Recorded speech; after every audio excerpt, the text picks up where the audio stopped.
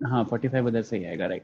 देखो क्या होता है जब हम कॉम्बिनेशंस की बात करते हैं, now we are studying combinations, ठीक है। जब हम कॉम्बिनेशंस की बात करते हैं तो परम्यूटेशन और कॉम्बिनेशन में डिफरेंस क्या आता है? Permutation is basically arrangement, where in combination is combining two और थ्री थिंग्स टुगेदर।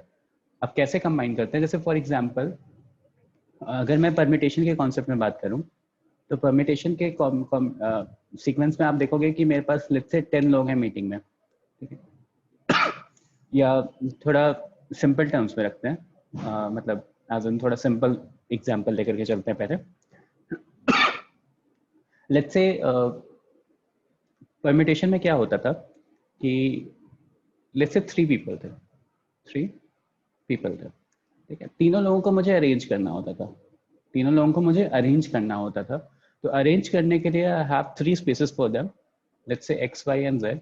तो एक्स वाई एंड जेड को मैं 3 फैक्टोरियल से अरेंज कर सकता था, 3 फैक्टोरियल से अरेंज कर सकता था सिंपल वे में। अब कॉम्बिनेशन में क्या होता है? Combination is not about arrangement, it is combination of 2 और मोर थिंग्स टुगेदर। जैसे फॉर एग्जांपल हैंडशेक, तो हैंडशेक किसी इंडिविजुअल पे डिपेंड नहीं करता है, आप अकेले से खुद से हाथ नहीं मिला सकते ना, हैंडशेक नहीं कर सकते हो।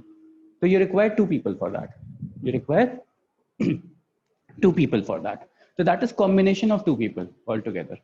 तो अगर एक्स ने वाई के साथ हैंडशेक किया तो साइमल्टेनियसली वाई ने भी एक्स के साथ हैंडशेक कर लिया, that is one combination. Where in permutation में क्या होता था, एक्स और वाई एक अलग सीक्वेंस होते थे और वाई और एक्स एक अलग सीक्वेंस होते थे, but this was in case of permutation, ठीक है, परम्यूटेशन के केस में। वेयर इन कॉम्बिनेशन में क्या होता है, चाहे एक्स वाई के साथ हैंडशेक करे चाहे वाई एक्स के साथ हैंडशेक करे, दैट इज वन इवेंट, वो एक ही इवेंट है, that is not a different story.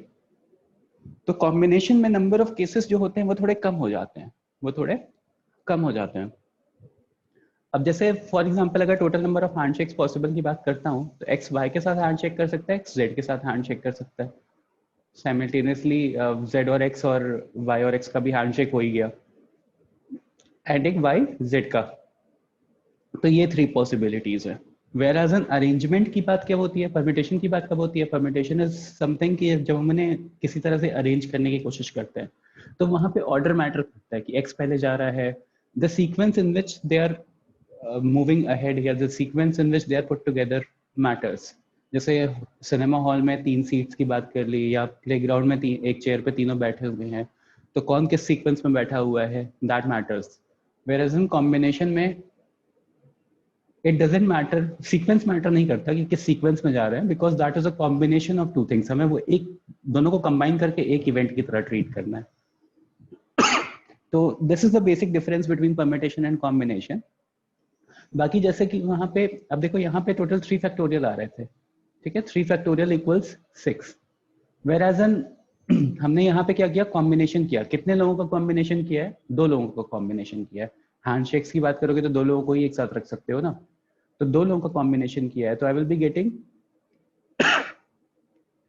यहाँ पे जो भी आता है 3 फैक्टोरियल, 3 फैक्टोरियल से अरेंज कर सकते थे क्योंकि टोटल 3 लोग थे मेरे पास, X Y and Z, divided by 2। जितने नंबर ऑफ लोगों का कॉम्बिनेशन किया है उतने फैक्टोरियल से हम डिवाइड कर देंगे, ठीक है। तो इसका फॉर्मूला मैं बनाता हूँ अभी, एक और केस एग्जांपल समझते हैं, उसके बाद फिर we will reach out to this conclusion, ठीक है। जैसे मान लो फॉर एग्जांपल ओके, कुछ स्टूडेंट्स ने अभी ज्वाइन किया, जस्ट अभी ज्वाइन किया। बेटा कोशिश किया करो ना कि मेरे लेक्चर्स में टाइम से आया करो, क्योंकि मैं एकदम राइट ऑन टाइम स्टार्ट करने की कोशिश करता हूँ, जिससे कि टाइम इधर उधर ना जाए, वेस्ट ना हो। तो परमिटेशन जैसे होता था, permutation was arrangement, permutation was arrangement. Combination is a bit different. Combination में क्या होता है कि हम किस तरह से चीज़ों को कंबाइन करते हैं, दैट मैटर्स, ठीक है। तो जैसे फॉर एग्जांपल अगर मैंने बोला कि एक्स वाई जेड मेरे पास 3 पर्सन्स थे, तीनों को मैंने अरेंज किया, तो अरेंजमेंट के लिए it will be 3 factorial, right.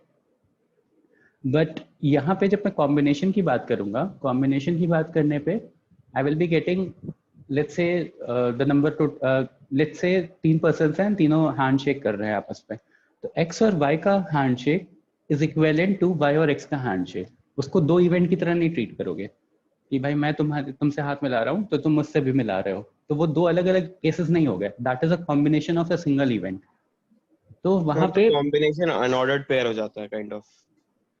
हाँ कॉम्बिनेशन काइंड ऑफ, पेयर मत बोलो क्योंकि 3 चीज का भी कॉम्बिनेशन हो सकता है, 10 चीज का भी हो सकता है, बट हाँ एक तरह से कह सकते हो। एंड अगर यही चीज मान लो मुझे 10 लोगों पे फिजिबल करनी होती, 10 लोगों पे करनी होती, तो क्या होता? पर ठीक है, 10 लोगों का तो ये अभी करने से पहले एक बार होल्ड करके एक और एग्जांपल देखते हैं। ठीक है, जैसे मान लो एक सर्किल है, सर्किल पे मुझे कॉर्ड ड्रॉ करनी है, सर्किल पे मुझे कॉर्ड ड्रॉ करनी है, ठीक है, and I have all together let's say 7 points on the circle, 7। So how many chords can be drawn? How many chords can be drawn from these 7 points?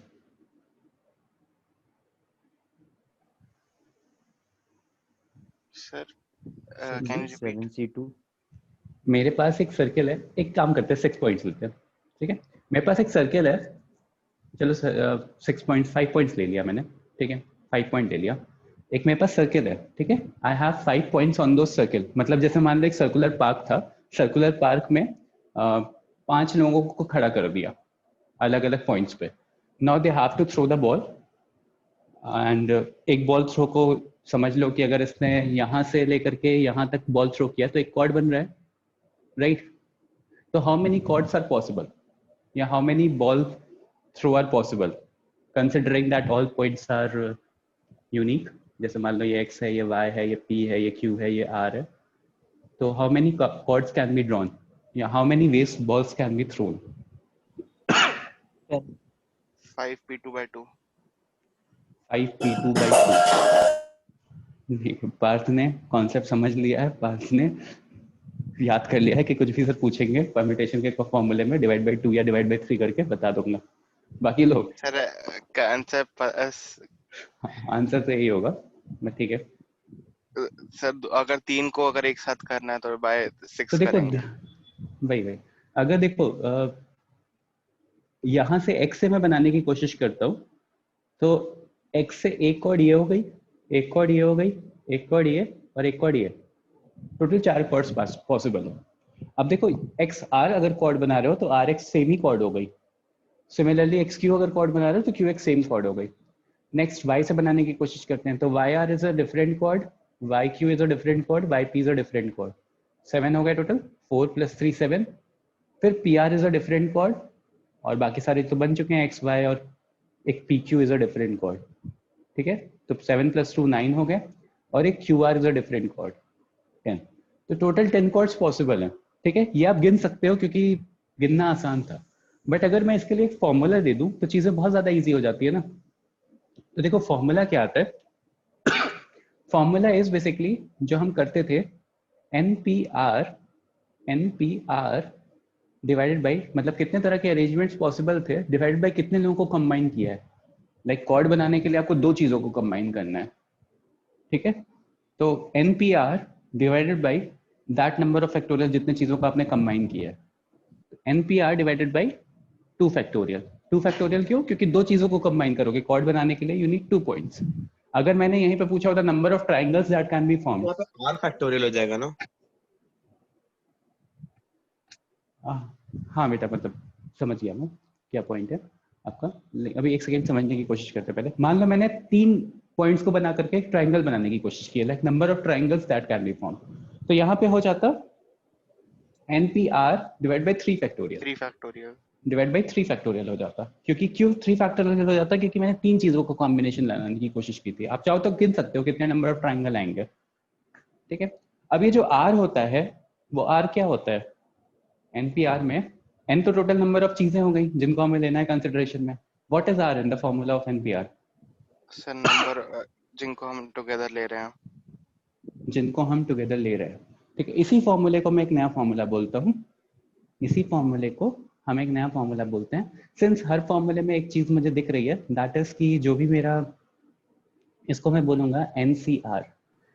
Sir आपने derive कैसे किया? Derivation बेटा है नहीं आपके सिलेबस में, मैं बता रहा हूँ।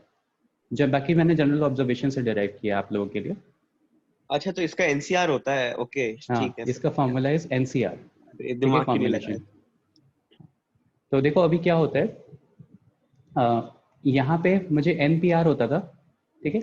एनपीआर क्या होता था, कितने नंबर ऑफ चीजें हैं मेरे पास टोटल और कितनी चीजों को अरेंज करना है, ठीक है, कितनी चीजों को अरेंज करना है, ठीक है, आर होता था NPR. n is the total number of things that I have, r is the amount of things that I have to arrange, npr हो जाता था।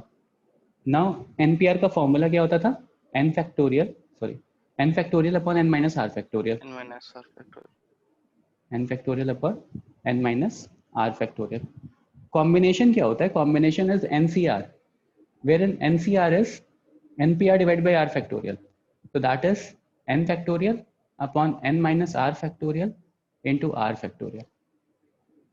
जितनी चीजों को हम कंबाइन कर रहे हैं यहाँ पे, n is the total number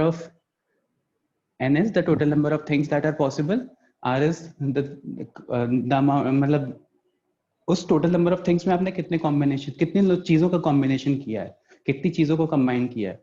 जैसे यहाँ टोटल पॉइंट्स कितने हैं, कॉर्ड कितने हैं, पॉइंट्स कितने हैं, 5 पॉइंट्स है। 5 में से आपने किन 2 पॉइंट्स को कंबाइन किया है। To make a chord you will have to combine 2 points ना out of these 5 points, तो 5c2 हो गया यहाँ पे फॉर्मूला। यहाँ का फॉर्मूला है total number of points available are 5, मैंने कितनी पॉइंट्स को कंबाइन किया है, उसमें से 2 पॉइंट्स को एक टाइम पे कंबाइन किया है, तो 5c2 हो गया। अब 5c2 का रिजल्ट देखो क्या हो जाएगा, 5 factorial upon 5 minus 2 n minus r, 3 factorial into r factorial, r factorial is 2 factorial, तो यहाँ से हो जाएगा 5 फैक्टोरियल इज 120 या 5 फैक्टोरियल इज जो भी, 5 factorial divide by 4 factorial, 3 factorial करोगे तो 4 इंटू 5 बचेगा डिवाइड बाय 2, तो 5 इंटू 2 10 आ गया रिजल्ट, जो कि मेरा रिजल्ट यहाँ से भी आ रहा था। पुराने वाले केस पे देखते हैं। पुराने वाले केस में क्या था, मेरे पास टोटल 3 लोग थे, 3, कितने लोगों को कंबाइन करोगे कि हैंडशेक पॉसिबल हो जाए, 2 लोगों को कंबाइन करोगे एक बार में, तो हैंडशेक पॉसिबल कितना हो जाएगा, तो 3c2 will be 3 factorial upon 3 minus 2 1 factorial into r 2 factorial, तो यहाँ से कितना आ जाएगा, 3 फैक्टोरियल और 2 फैक्टोरियल कट करोगे तो 3 बचेगा, तो देखो total number of cases combination कितने आ रहे थे, 3 आ रहे थे।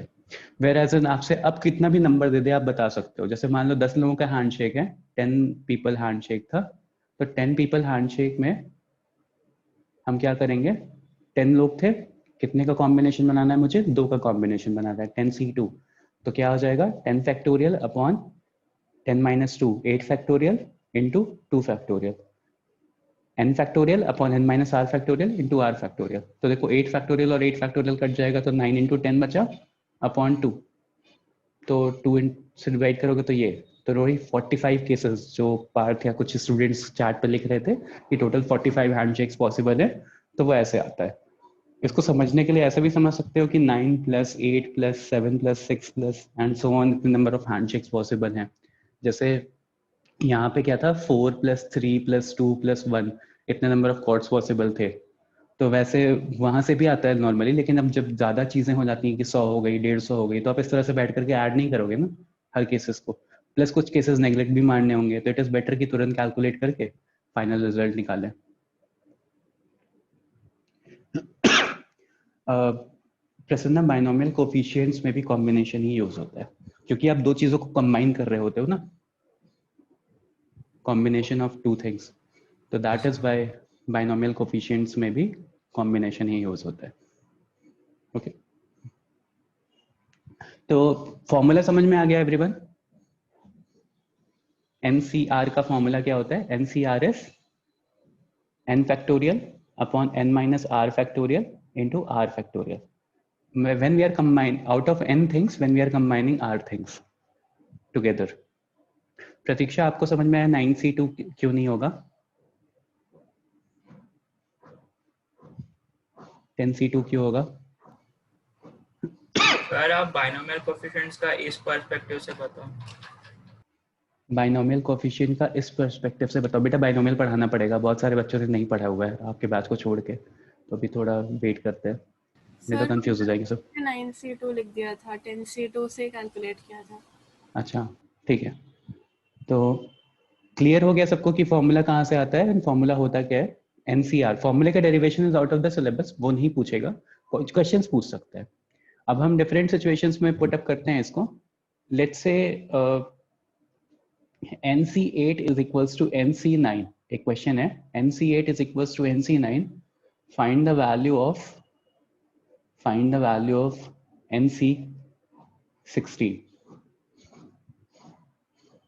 गिवन कंडीशन ये है, NC8 is equals to NC9, find the value of NC16।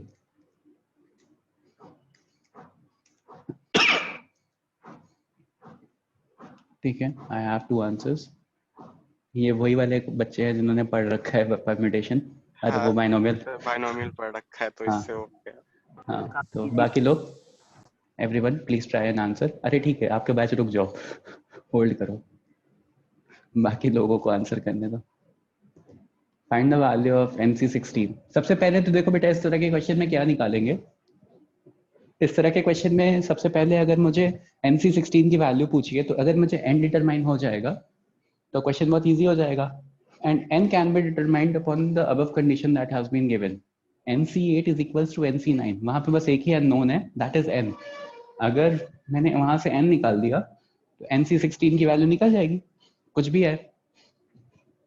तो मैं क्या करूंगा, यहाँ से आई will B equating this n factorial upon n minus factorial into 8 factorial is equals to n factorial upon n minus 9 factorial into 9 factorial। ठीक है, यहां से n factorial कैंसिल आउट हो जाएगा, क्रॉस मल्टीप्लाई करते हैं। देखो 9 फैक्टोरियल अपॉन 8 फैक्टोरियल प्रॉपर्टी है ना, इसमें प्रॉपर्टी लगेगी, राइट? हाँ राइट बेटा, आप लोगों को प्रॉपर्टी पढ़ाई है, यहाँ नहीं पढ़ाई है ना। तो this will be 9 factorial upon 8 factorial कितना हो जाएगा, और n minus 8 factorial upon n minus 9 factorial कितना हो जाएगा।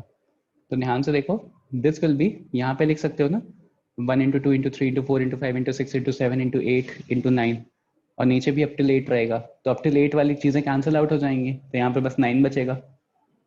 ठीक है, सिमिलरली इसको भी लिख सकते हो n minus 1 n minus 2 n minus 3 n minus 4 and so on, ऐसा लिख सकते हो ना, n minus 2 n minus 3 n minus 4 कहाँ तक, 1 तक।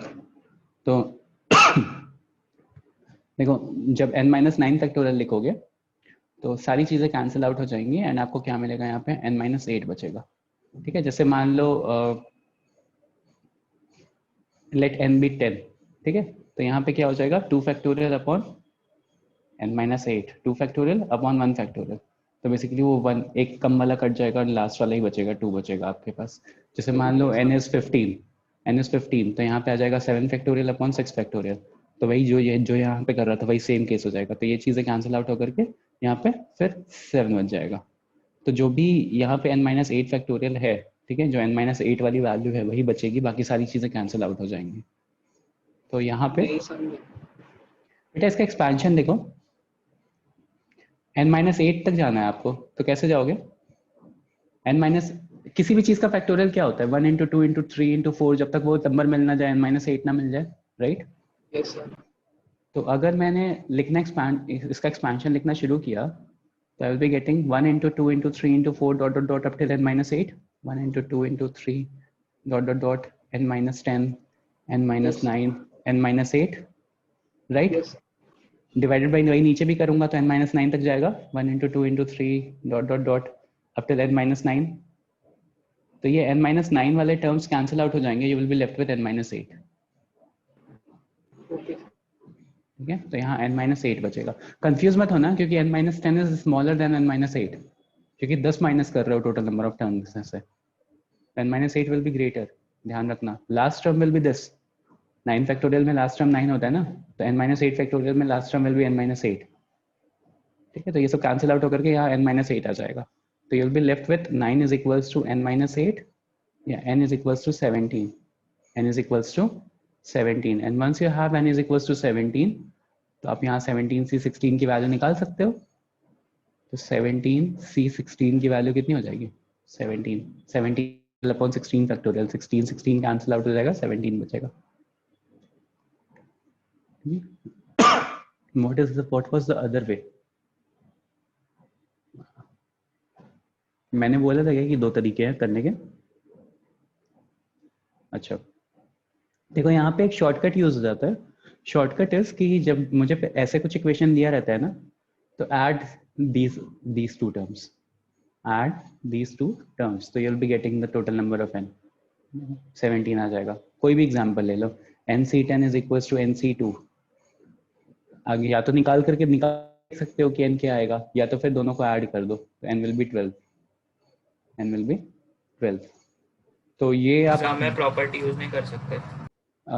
बेटा बाइनोमियल वाले चैप्टर में आपको प्रॉपर्टीज दी थी, पर बाइनोमियल वाला chapter is deleted from the syllabus, तो लास्ट ईयर तक तो यूज कर सकते थे, अभी कर सकते हो, वैसे कोई प्रॉब्लम नहीं है। ठीक तो है, लेकिन प्रॉपर्टी उसे करेंगे क्या इसमें? वो तो बस मतलब इसमें तो डायरेक्टली इक्वल हाँ, होता है, एन थोड़ी ना आएगा उससे। n थोड़ी ना आएगा उससे, बाकी तो सारी चीजें आपको सिंप्लीफाई करनी पड़ेंगी, राइट। ठीक है, तो यहाँ से n इज इक्वल टू 12 आ जाएगा, फिर R1 plus R2 equal to N हो जाएगा ना।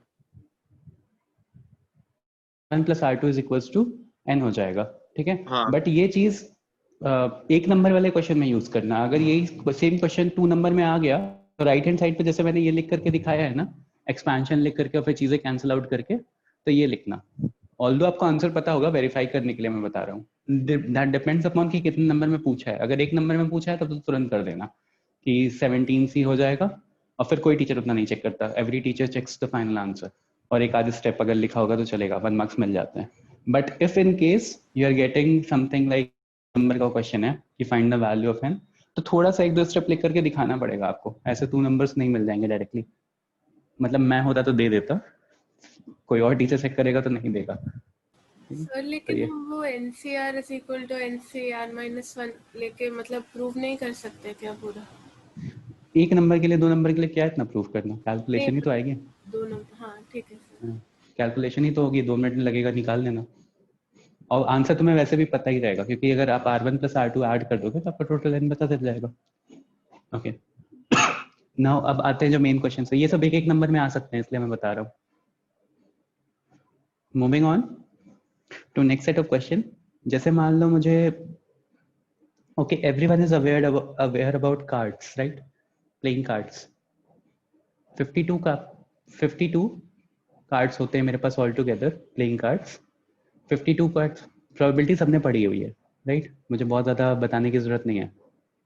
14 कार्ड एक सूट के होते हैं कि 13 होते हैं? 13 कार्ड्स। 13 सर 13 होते हैं। हाँ ठीक है बेटा, समझ गया मैं। चलो ठीक है, 13 कार्ड एक सूट के होते हैं। सूट कौन कौन से होते हैं? Diamond, spade, clubs, club, heart, heart. ठीक है, 4 तरह के सूट्स होते हैं आपके पास। सेम कलर के कितने होते हैं? 26 कार्ड, 26 और 26 ब्लैक एंड 26 रेड। ठीक है, और फेस कार्ड कितने होते हैं?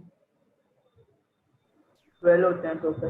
टोटल 12 12 होते हैं, 3 3 3 एंड 3। और कौन कौन से होते हैं? King, queen, queen, jack. Jack. Joker नहीं बोलते हैं, जैक बोलते हैं। ठीक है, ओके। और तो कुछ नहीं होता ना 52 कार्ड्स के अलावा? किसी को याद आ रहा है और कुछ होता है? ओके, अब देखते हैं कि कॉम्बिनेशन हम कर कैसे सकते हैं। ठीक है, एस बाकी है शायद। एस बाकी है, एस तो एस होता है, मतलब ठीक है, वो एस फेस कार्ड नहीं होता ना। से फेस नंबर कार्ड वाले में आ गया वो। एस हाँ। फेस कार्ड नहीं होता है। एस फेस कार्ड नहीं होता। एस का सिग्निफिकेंस ये होता है, एस को हम 1 की तरह भी ट्रीट करते हैं और जैक से ऊपर भी ट्रीट करते हैं, एस की तरह भी ट्रीट करते हैं, तो दैट डिपेंड्स अपॉन क्या होता है। बाकी 2 से 9 तक सर कार्ड्स देख होते लीजिए हैं। सर, इन सब के लक्षण अच्छे नहीं हैं। 2 से 9 तक होते हैं। नहीं, अभी अगर लक्षण अच्छे नहीं है तो इस चैप्टर में हेल्प करेगा। तो 2 to 9 आता है, उसके बाद फिर के जे के मतलब जे क्यू के होता है, और फिर फाइनली एस आता है। एस 2 के पहले भी यूज होता है, 2 के बाद, के बाद में भी यूज होता है। तो ace can be depending upon the table that you are playing upon, ace can be the greatest card as well, whereas ace can be the lowest card as well. ठीक है, कुछ games में S को सबसे बड़ा card मानते हैं, कुछ गेम्स में एस को सबसे छोटा कार्ड मानते हैं. That depends upon the table that you are playing upon. Okay, अब अगर ऊनो की प्रोबेबिलिटी बनाने बैठूंगा तो बहुत मुश्किल हो जाएगा Hrishik. That is why playing cards तक ठीक है. सर उन्होंने 108 रख. हाँ, प्लस इतने तरह के दो कार्ड सेम तरह के होते हैं. रहने दो, बहुत कॉम्बिनेशन है. प्लस मैंने फ्रैंकली इतना ज्यादा खेला भी नहीं है उनो. ठीक है, coming back to this question. अब यहाँ पे हम डिफरेंट तरह के कॉम्बिनेशंस बनाने की कोशिश करते हैं. वेयर मैं क्वेश्चन पूछूंगा, you know the formula of NCR, आप ट्राई करना कि आंसर करना चार्ट सेक्शन में. जिसका गलत होगा मैं बताता जाऊंगा. तो देखो, अब अगर मैं if you are playing on a table, ठीक है, you have this these number of combinations that are possible. इस तरह के कार्ड्स पॉसिबल हैं, सारे गिवन ऑप्शंस आपके पास लेफ्ट में हैं. और आपसे पूछा है what are the number of ways of choosing 4 card. Question is, पूरा क्वेश्चन सुन लेना फिर बताना answer. Number of ways of choosing 4 cards, number of ways of choosing 4 cards from a pack of 52 playing cards, from a pack of 52 playing cards, in how many of these,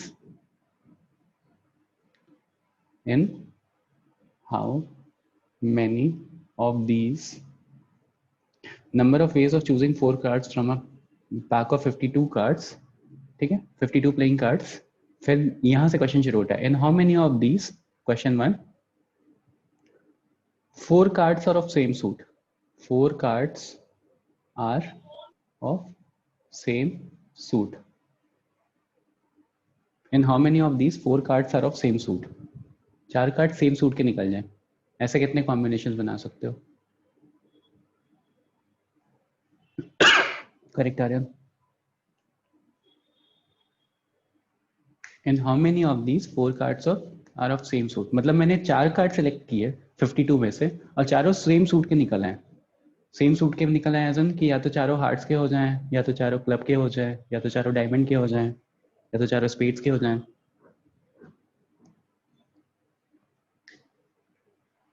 तो देखो, इसका answer मैं बता रहा हूं. इसका answer will B, देखो, एक उसमें निकलने की क्या प्रोबेबिलिटी होती है? 13C4. एक सूट के निकलने की प्रोबेबिलिटी क्या हो गई कि एक सूट उठाया कोई, उसी में से चारों कार्ड पिक हो गए. तो एक सूट के लिए 13 कार्ड्स अवेलेबल थे, तो total number of available cards मेरे पास कितने हो गए? 13. और उसी में से 4 कार्ड, कोई भी 4 कार्ड पिक हो जाए, तो 13C4. कितने कार्ड्स को पिक करना है, कितने कार्ड्स का कॉम्बिनेशन बनाना है? 4 कार्ड्स का बनाना है. तो 13C4 ये हो गया कि सब एक ही सूट से पिक हो गए. बट अगर ये 13C4 हार्ट का हुआ तो ये 13C4 क्लब के लिए भी हो सकता है, तो प्लस 13C4 करेंगे. वही सेम केस स्पेड्स के लिए भी हो सकता है, तो प्लस 30C4 करेंगे. प्लस वही सेम चीज डायमंड्स के लिए भी हो सकता है. तो ऑल टुगेदर कितना हो गया? 13C4 मल्टीप्लाई बाय 4 हो गया. 13C4 multiply by 4. अगर मेरे पास 4 कार्ड मैंने पिक किया, चारों सेम सूट के आ गए, ठीक है, तो चारों सेम सूट के आ गए, तो चारों हार्ट के भी हो सकते हैं. अगर मान लो किसी एक सूट से निकलते हैं तो 13C4 हो गया, क्योंकि 13, एक सूट में 13 कार्ड होते हैं, उसमें से मैंने कोई भी 4 कार्ड पिक कर लिया, तो मेरा एक कॉम्बिनेशन कंप्लीट हो गया. डायरेक्ट 52C4 क्यों नहीं ले सकते? 52C, अच्छा बेटा एक काम करो, 8C2 into 4 करो, और ये रहने दो, 4C2 into 4 करो, और 16C2 करो. दोनों में बहुत डिफरेंस आ जाएगा.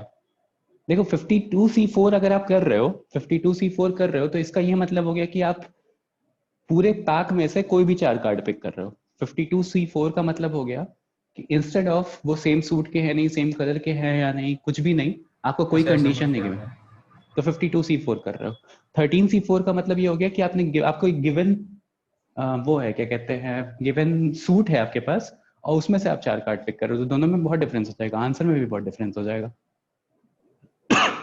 ठीक है, okay. Dhanush has the final answer. बेटा इतना तो मेरे पास भी नहीं आंसर है, बट हाँ ठीक है, 2860 is the right answer. 13C4. Okay, now अच्छा, एक और चीज मैं बताना चाहता हूँ यहाँ पे, जब तक मेरा केस कंप्लीट नहीं हो जाता तब तक वी विल मल्टीप्लाई। जब तक मेरा केस कंप्लीट नहीं हो जाता तब तक वी विल मल्टीप्लाई। जैसे ही मेरा केस खत्म हो गया we will use plus sign. अब ये केस क्या होता है, ध्यान से सुनना। मेरे पास क्वेश्चन में क्या था कि मुझे 4 कार्ड सेलेक्ट करने हैं, तो जब तक मेरा 4 कार्ड सिलेक्शन पॉसिबल हो नहीं जाता, मतलब I have to pick 4 cards, I have to combine 4 cards, ठीक है। तो जब तक मेरा 4 कार्ड कॉम्बिनेशन कंप्लीट नहीं हो जाता तब तक I will be using multiplication sign.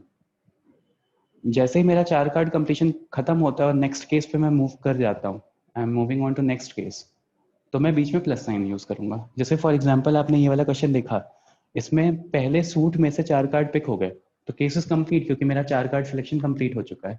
Now moving on to next case, I will be using the plus sign. कुछ ऐसे केसेस आएंगे जहां पे हो सकता है, जैसे मान लो मैंने पूछ लिया कि number of ways choosing 4 cards from a pack of 52 cards, and how many of these 2 cards are of red color and 2 cards are of black color। तो आंसर क्या होगा, and how many of these 2 cards are of red color and 2 cards are of black color। Answer will be C के terms में बताओ, 2 into 26c2 into 26c2, नहीं 26c2 plus 26c2 नहीं होगा, 26c2 into 26c2 होगा, into होगा, ये मैं बोलना चाह रहा था। देखो ध्यान से देखो, next question is in how many of these 2 cards are of black color and 2 of red. तो देखो यहाँ पे क्या हुआ, टोटल मुझे कितने कार्ड सेलेक्ट करने हैं, 4 कार्ड सेलेक्ट करने हैं। हाँ सर। 4 कार्ड सेलेक्ट करने हैं। तो यहाँ पे अगर मैंने 26c2 लिखा कि ब्लैक वाले टोटल 26 कार्ड्स हैं, तो 26 में से 2 कार्ड्स ले लिए। अभी मेरा 4 कार्ड पूरा कंप्लीट नहीं हुआ है, सिलेक्शन मेरा पूरा कंप्लीट नहीं हुआ है, या कॉम्बिनेशन मेरा पूरा कंप्लीट नहीं हुआ है। यहाँ पे मैं क्या करूंगा, मल्टीप्लीकेशन यूज करूंगा। यहाँ पे आई विल बी यूजिंग मल्टीप्लीकेशन। जब मेरे 4 कार्ड्स कंप्लीट हो जाएंगे तब नया केस बनाऊंगा, एंड तब प्लस साइन, अगर मतलब और भी केसेस पॉसिबल हैं जैसे लास्ट क्वेश्चन में था, तब आई will be using plus sign. क्या बेटा? सर नहीं समझा कैसे। हाँ बेटा, मैं एक बार वापस से री-एक्सप्लेन कर रहा हूँ। सर 1 मिनट आप वो बताएंगे क्या कि सूट क्या होता है? सूट क्या होता है, वो 4 तरह के होते हैं ना कॉम्बिनेशंस, डायमंड होता है, हार्ट शेप होता है, हार्ट शेप वाले। ओके, हाँ ओके समझ गया। ओके ठीक है। देखो मैं ये कह रहा था कि अगर मेरे पास 4 चीजों को सिलेक्ट करना है, like I have a condition that I have to combine 4 things और select 4 things from a given set of things, ठीक है, बेस्ड ऑन डिफरेंट कंडीशंस। तो जब तक मैं 4 चीजों को सिलेक्ट नहीं कर लेता तब तक that is the same case. Once the 4th selection is complete, तो फिर अगर कोई और पॉसिबिलिटी है तो that is a different case. जैसे इस वाले एग्जांपल में देखो क्या हुआ, 4 cards are of same suit. तो अगर मैंने 13c4 किया तो मैंने लेट्स से डायमंड शेप में से, डायमंड सूट वाले जो कार्ड थे उसमें से 4 सेलेक्ट कर लिए। Now I have my 4 cards with me, मेरा सिलेक्शन इज कंप्लीट। सिंस और पॉसिबिलिटी भी है तो उसके लिए भी हमने प्लस साइन यूज किया है। मेरा 4 कार्ड का सिलेक्शन का क्राइटेरिया था, एंड जब तक मैं 4 कार्ड नहीं सिलेक्ट करता हूं तब तक the case is not complete. Once the case is complete, फिर और पॉसिबिलिटी भी है, उसको भी कंसिडर करना है। तो all the cases are separated by plus sign. देखो यहाँ पे केसेस को प्लस साइन से सेपरेट किया है, जितने भी तरह के केसेस थे। लेकिन इन सबको प्लस साइन से सेपरेट करने के पहले अगर ध्यान से देखो तो चारों कार्ड का सिलेक्शन कंप्लीट था एक केस में, there was no partial case, right बेटा? इतना पॉइंट समझ में आया? हाँ सर, ये कैसे समझ आ गया? ये केस समझ में आ गया। अब देखो क्या हो रहा है, मुझे 4 कार्ड सेलेक्ट करने हैं लेकिन 2 कार्ड ब्लैक कलर के हैं, 2 कार्ड रेड कलर के हैं। तो अब देखो 4 कार्ड जब तक सिलेक्ट नहीं हो जाएंगे तब तक the case is not complete. ये पॉइंट क्लियर था? अब देखो, अभी if the case is not complete तो instead of plus sign we will be using multiplication sign. ये बता रहा था मैं। तो अगर मुझे 2 कार्ड ब्लैक कलर के और 2 कार्ड रेड कलर के चाहिए, 2 कार्ड ब्लैक कलर के सिलेक्ट करने का क्या हो गया, टोटल के नंबर ऑफ पॉसिबल केसेस क्या हो गए, 26 में से 2 कार्ड उठा लिए कोई भी। फिर नेक्स्ट रेड वाले उसमें से भी, रेड वाले डेक में से भी 26 में से 2 कार्ड सिलेक्ट करने पड़ेंगे। तो ये पूरा एक ही केस हो गया, this whole is one case. And इसमें हम प्लस साइन, जब तक केस कंप्लीट हो जाएगा तब हम प्लस साइन यूज करेंगे, जब तक केस कंप्लीट नहीं हो जाता we will be using multiplication sign. ये बता रहा था मैं। ओके और देखो ध्यान से, मतलब ये तो बहुत बड़ा चीज हो गई, बहुत बड़ा डेक हो गया, बट फिर भी यू कैन इमेजिन अगर मैं 26C2 + 26C2 करता तो मतलब कोई भी 2 कार्ड वहां से सिलेक्ट कर लिए, वो एक केस हो गया, कोई भी 2 कार्ड वहां से सिलेक्ट कर लिए। वेराज अगर आप प्रोबेबिलिटी पे इस चीज को थोड़ा ध्यान से समझो, अगर आप वही उत्कर्ष वही बताने की कोशिश कर रहा हूँ, अगर आप प्रोबेबिलिटी में नहीं ऐड नहीं होगा बेटा, ध्यान से सुनो मेरी बात। अगर आप प्रोबेबिलिटी में इस चीज को ध्यान से समझो ना तो आप समझ पाओगे कि बहुत ही बड़ा चीज बताने की कोशिश कर रहा हूँ मैं, लाइक मल्टीप्लिकेशन क्यों आ रहा है।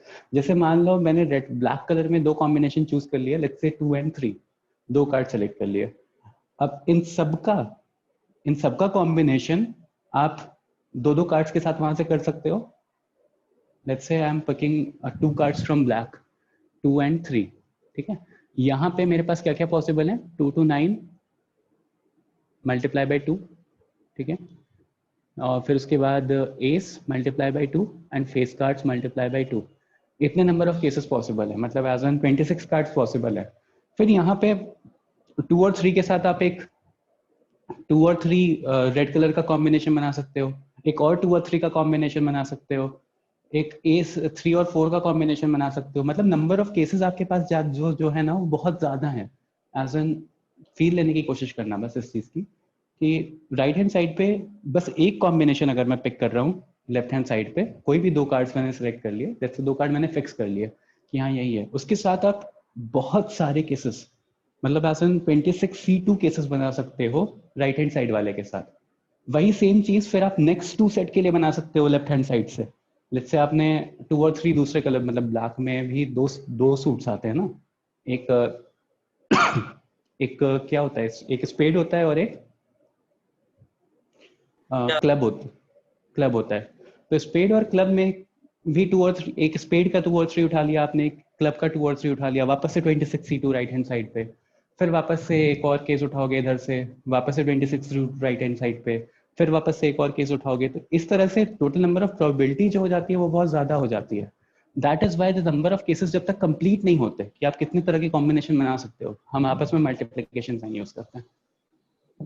इस चीज को छोटे एग्जांपल से समझ सकते हैं, छोटे एग्जांपल से। सर ये केस कंप्लीट होना क्या एग्जैक्टली नहीं समझ पाया मैं।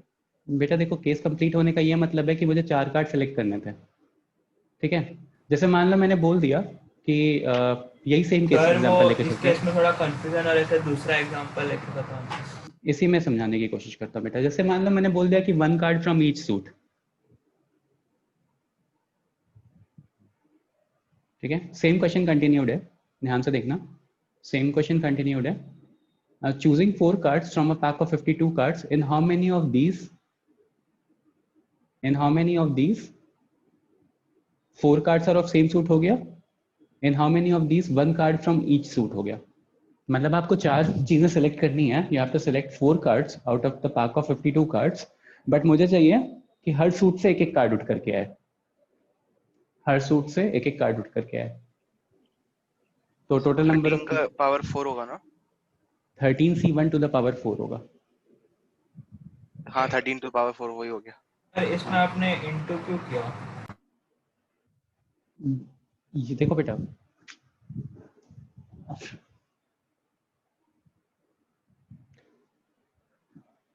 अच्छा ठीक है, एक छोटे से एग्जांपल से समझने की कोशिश करते हैं। लेट्स से मेरे पास 4 चीजें थी, A, B, C और D, ठीक है। A, B, C और D, and I have been told to select 2 out of this 4 things. तो नॉर्मली आप क्या करते हो, 4C2 कर लेते हो, ठीक है। 4 में से कोई भी 2 सिलेक्शन हो गए, ठीक है, या 4 में से कोई भी 2 चीजों का कॉम्बिनेशन आपने बना लिया, चाहे AB को सिलेक्ट कर लिया, चाहे AC को सिलेक्ट कर लिया, चाहे AD को सिलेक्ट कर लिया। 4C2 कोई भी 2 सिलेक्शन, 2 चीजों को कंबाइन करके आपको सिलेक्ट करना था तो आपने कर लिया। नाउ व्हाट हैपेंस इज कि अगर मैंने बोला कि AB में से कोई एक आएगा और CD में से कोई एक आएगा, ठीक है, मुझे अभी भी 2 लोगों का सिलेक्शन करना है, 2 पीपल को चूज करना है, कंबाइन करना है, ठीक है। एंड बट मैंने बोल दिया कि ए और बी में से कोई एक आएगा और सी और डी में से कोई एक आएगा। तो यहाँ के लिए मेरे पास क्या हो गया 2C1 और यहाँ के लिए हो गया 2C1। यार एक काम करते हैं, थोड़ा सा ज़्यादा एक बड़ा एग्जाम्पल लेते हैं। 2C1 भी एक्चुअली 2 ही हो जाएगा ना, ठीक है। Let's say I have 6C2, 2 लोगों को सेलेक्ट करना था and I have 6 people all together and I have to select 2 people. तो टोटल कॉम्बिनेशन क्या हो जाएगा 6C2, ठीक है। अब यहाँ पे मुझे बोला गया कि ए बी ई में से कोई एक सेलेक्ट करना है एंड सी डी एफ में से कोई एक सेलेक्ट करना है, ठीक है। अब देखो आप लोग को ये नहीं समझ में आ रहा कि यहाँ पे प्लस होना चाहिए या मल्टीप्लिकेशन। मैं कह रहा हूँ यहाँ पे मल्टीप्लिकेशन होना चाहिए। क्यों मल्टीप्लिकेशन होना चाहिए? क्योंकि जब तक 2 लोगों का सिलेक्शन मेरा कंप्लीट नहीं हो जाएगा तब तक that is the same case. मुझे क्या रिक्वायरमेंट क्या थी मेरी कि 2 लोगों को सिलेक्ट करना है एंड जब तक 2 लोगों को मैं सिलेक्ट नहीं कर लूंगा तब तक I am working on the same case, ठीक है। केस ऐसे डिफरेंशिएट कर सकते हो। जैसे मेरा 2 लोगों का सिलेक्शन कंप्लीट हो गया द केस इज डिफरेंट, फिर मैं प्रोबेबिलिटी पे मूव करूंगा, ठीक है। वहां से अभी होल्ड करते हैं। नाउ लेट्स सी कि यहाँ पे मल्टीप्लिकेशन क्यों आएगा। तो 3C1 मतलब मैं इन तीनों में से कोई भी एक सिलेक्ट कर लूँ। तो मैं ए सिलेक्ट कर सकता हूँ, मैं बी सिलेक्ट कर सकता हूँ और मैं ई सिलेक्ट कर सकता हूँ, राइट। यहाँ से भी मैं सी सिलेक्ट कर सकता हूँ, डी सिलेक्ट कर सकता हूँ, एफ सिलेक्ट कर सकता हूँ। अब देखो क्या होगा, ए के साथ सी सिलेक्ट हो सकता है एक कॉम्बिनेशन, ए के साथ डी सिलेक्ट हो सकता है एक कॉम्बिनेशन, ए के साथ एफ सिलेक्ट हो सकता है एक कॉम्बिनेशन। सिमिलरली बी के साथ सी डी एफ और ई के साथ सी डी एफ, ठीक है। तो टोटल 9 केसेस हो जाएंगे, 9 सिलेक्शंस पॉसिबल हैं। ये समझ में आया? अब देखो ध्यान से, 9 सिलेक्शंस पॉसिबल थे तो 3C1 की वैल्यू 3 होती है, 3C1 की वैल्यू 3 होती है। तो ये कैसे पॉसिबल था? 3 into 3 से ही पॉसिबल था ना, क्योंकि इसके साथ 3 पॉसिबिलिटी थी, इसके साथ 3 पॉसिबिलिटी थी, इसके साथ 3 पॉसिबिलिटीज थी। जैसे शर्ट और पैंट वाला एग्जांपल स्टार्टिंग में करवाया था कि अगर आपके पास 3 शर्ट है 2 पैंट है तो आप कैसे करते हो, मल्टीप्लाई करते हो, राइट। तो 3 शर्ट्स एंड 2 पैंट्स है तो आप एक शर्ट 1 पैंट 1 का कॉम्बिनेशन, शर्ट 2 पैंट 1 का कॉम्बिनेशन एंड सो ऑन, इस तरह से बताया था ना। तो बस वही सेम चीजें यहाँ पे अप्लाई होती हैं। एज एन यहाँ पे आपके पास 3 पॉसिबिलिटी है, यहाँ पे 3 पॉसिबिलिटी है, तो टोटल नंबर ऑफ केसेस कितने पॉसिबल हो गए मेरे पास? 9 सिलेक्शंस पॉसिबल हो गए, ठीक है। अब देखो प्रॉब्लम क्या होती है, अगर मैं ऐड करता तो मेरे पास 6 ही केसेस होते, तो मेरे पास लॉस ऑफ केसेस आ रहे होते, ठीक है। तो दैट इज वाई हम मल्टीप्लाई करते हैं सबसे पहली चीज, तो जब तक केस कंप्लीट नहीं हो जाता या जब तक मेरा टोटल सिलेक्शन कंप्लीट नहीं हो जाता। अब देखो वंस मेरा टोटल सिलेक्शन कंप्लीट हो गया है, फिर अगर कोई और केस पॉसिबल है, तो पॉसिबल है तो रहने दो। मेरा जैसे मान लो पुराने वाले एग्जांपल पे आते हैं, ये वाले पे। Let's say if I have to select 4 cards and मेरे पास एक ही क्राइटेरिया दिया हुआ था कि 4 cards I can select from 4 cards I have to select from a particular suit. किसी एक सूट से मुझे 4 कार्ड सेलेक्ट करना है, तो मैंने क्या किया, डायमंड उठाया, डायमंड में से 13C4 सेलेक्ट कर लिया, तो मेरा केस कंप्लीट हो गया, the case is complete. But और भी क्या क्या पॉसिबिलिटी हो सकती है, like total number of cases, total number of चीजें कितनी पॉसिबल हो सकती हैं। तो 13C4 मैंने डायमंड से उठा करके केस कंप्लीट किया, वो 13C4 मैं स्पेड में से भी उठा सकता था, वो 13C4 में हार्ट में से भी उठा सकता था, वो क्लब में से भी उठा सकता था मैं। तो those things are all together a different cases, क्योंकि मेरा 4 सिलेक्शन पहले पे ही कंप्लीट था, स्पेड में ही कंप्लीट था। बाकी सारे तो मेरे पास गिवन ऑप्शंस थे कि मैं यहाँ से भी पिक कर सकता था, यहाँ से भी पिक कर सकता था, तो वो अलग अलग केसेस हो गए। एज उन की कितनी नंबर ऑफ पॉसिबल केसेस हैं मेरे पास, कितने तरह से मैं सेलेक्ट कर सकता हूँ 4 चीजों को, तो that is all together a different cases, क्योंकि 4 सिलेक्शन करने थे। तो 4 सिलेक्शन जब तक कंप्लीट नहीं हो जाएंगे तब तक दैट इज वन केस, और जैसे ही कंप्लीट हो गया that is a different case. तो अगर डिफरेंट केस है तो मुझे प्लस साइन यूज करना है, अगर सेम केस है तो मुझे मल्टीप्लिकेशन यूज करना है। अभी थोड़ा बेटर पिक्चर आई है? सर हाँ यस सर। पूछो बेटा। सर वो कार्ड्स का आपने लास्ट एग्जांपल करा था ना, उसमें वो भी हाँ ये देखो 1 कार्ड फ्रॉम ईच। अब देखो यहाँ पे, यहाँ क्या था, 2 card from black color and 2 card from red colour. Total selection मुझे कितने करने थे? 4 करने थे। टोटल सिलेक्शन मुझे 4 करने थे। तो कंडीशन क्या दिया कि 26 ब्लैक कार्ड में से 2 कार्ड सिलेक्ट करो और रेड कार्ड में से 2 कार्ड सिलेक्ट करो। तो देखो टोटल 4 कार्ड सिलेक्ट करने थे, अब मैंने ब्लैक में से 2 कार्ड सिलेक्ट कर लिया ना, my case is not complete, क्योंकि अभी भी मुझे 2 कार्ड और सिलेक्ट करने हैं टोटल 4 केस बनाने के लिए, मतलब टोटल 4 कार्ड सिलेक्ट करने के लिए। जब तक मैं अपना पूरा नंबर ऑफ सिलेक्शन जितना पॉसिबल था जब तक वो कंप्लीट नहीं कर लूंगा, तब तक that is the same case, और सेम केस के लिए मल्टीप्लिकेशन यूज होगा।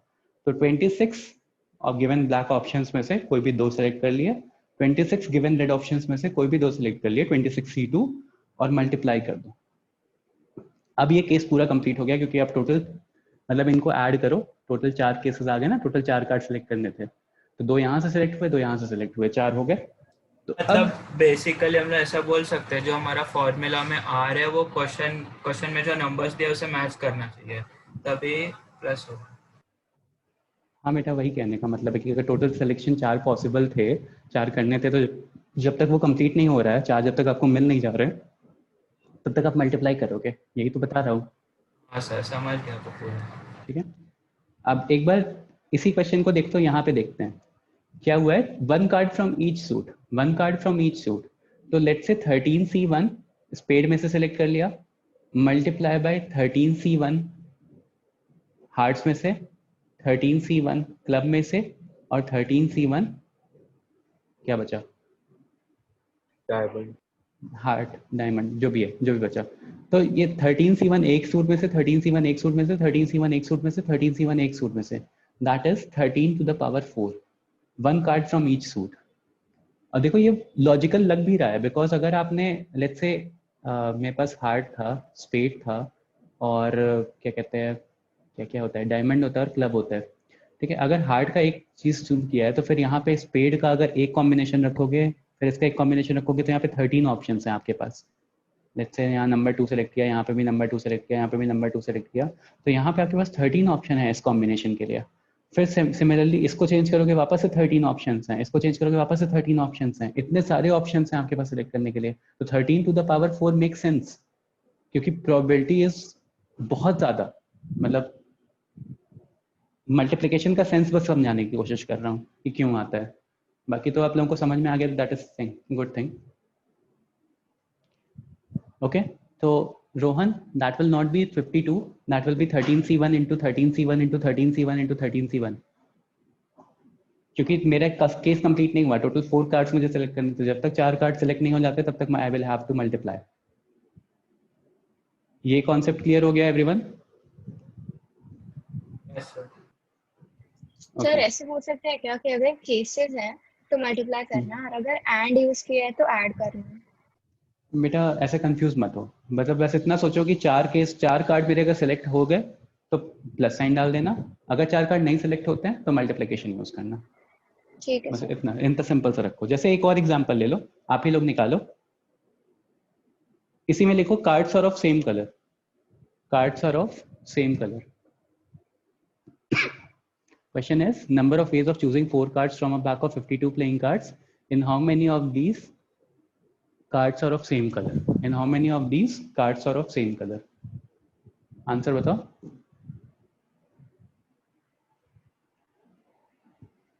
सर कितने चूज करने थे? टोटल 4 है बेटा। Number of ways of choosing 4 card, यही इसी क्वेश्चन का सब क्वेश्चन चल रहा है। Number of ways of choosing 4 cards from a pack of 52 playing cards, in how many of these cards are of same color. ठीक है, sir सही है आर्यन, सही है प्रतीक्षा, सर बोलो पार्थ। 2 times 26C4। बस करेक्ट है। देखो 2 times 26C4 क्यों आया, या तो चारों ब्लैक कलर के हो जाए तो 26C4 ब्लैक कलर का हो गया, मेरा केस कंप्लीट हो गया क्योंकि मेरे 4 कार्ड कंप्लीट हो गए। प्लस पॉसिबिलिटी क्या है, रेड से भी तो हो सकते हैं, तो 26C4 रेड से भी कर लिया, तो 26C4 plus 26C4 that is 26C4 into 2, 26C4 plus 26C4, answer is 26C4 multiply by 2, 2 bar multiply हो रहा है ना। तो ये हो गया केसेस का डिफरेंस। देखो यहाँ पे 4 कार्ड सिलेक्ट करने के बाद everyone is able to understand right this time अभी कि 4 after the selection of 4 card the case is complete. अगर रेड को सिलेक्ट करना है तो that is a different case. ठीक है, स्क्रीन फ्रीज हो गई। स्क्रीन फ्रीज हो गई है? नहीं बेटा मैंने कुछ किया नहीं है, अभी लिखा नहीं है। चल रही है अभी? Yes, sir. हाँ, okay, so the answer is 26c4 into 26c4, sorry, plus 26c4. ठीक है, या तो चारों ब्लैक से हो जाए, 4 ब्लैक से हो जाए और 4 रेड से हो जाए. ओके, अब केसेस डिफरेंट कैसे हुए आप लोग को समझ में आ गया, क्योंकि 4 कार्ड मेरे सिलेक्ट हो गए थे, तो next case will be a different case. Whereas जब मैंने बोला था ना कि 2 कार्ड ब्लैक के हो जाएं, 2 कार्ड रेड के हो जाएं, तो this was the same case. जब तक 4 कार्ड सिलेक्ट नहीं हो जाते तब तक the case is same. Okay, next question is, एक कमिटी फॉर्म होनी थी. There was a committee that is to be formed, and I have a committee needs to be formed. Sir president और vice president वाला है? क्या वाला है बेटा? प्रेसिडेंट और वाइस प्रेसिडेंट? नहीं, सिंपल है. A committee, ये आई नहीं होता ना? नहीं, सही है. A committee of सर कोई भी 3 spelling persons. A committee of 3 persons needs to be formed. ठीक है, needs to be formed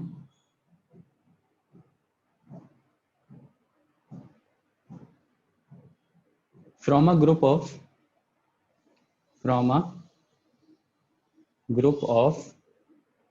2 men and 3 women. 2 men and 3 women.